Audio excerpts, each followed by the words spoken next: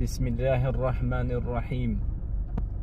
Erdhi një njeri tek I dërguari I Zotit sallallahu alaihi wasallam dhe I tha: kush më së shumti meriton për kujtesjen time, ja Rasulullah? I tha: kale thumme men kale ummuk. I tha: nëna jote. Pastaj I tha: o I dërguari I Zotit, I tha: kale thumme men kale ummuk. Pastaj I tha përsëri: kale ummuk, nëna jote, nëna jote. Pastaj I tha: kale thumme men kale ebuk. Pastaj I tha: baba jot.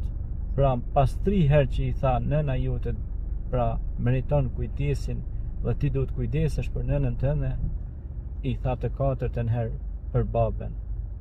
Shikoni vëllezër besimtar, për asaj rëndësishme është nëna në jetën tonë.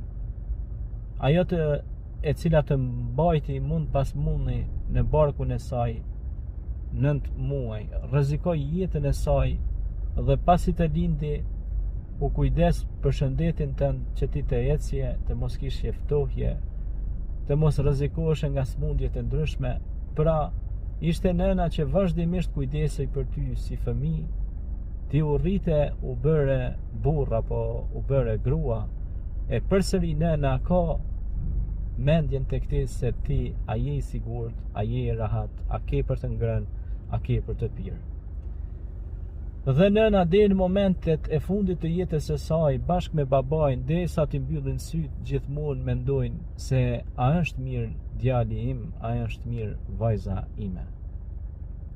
Kjo është pra mirësia që vetëm se me mirësi kthehet. Andaj silluni mirë me prindërit tuaj, se Zoti ju jep të mirë në këtë botë dhe në botën tjetër.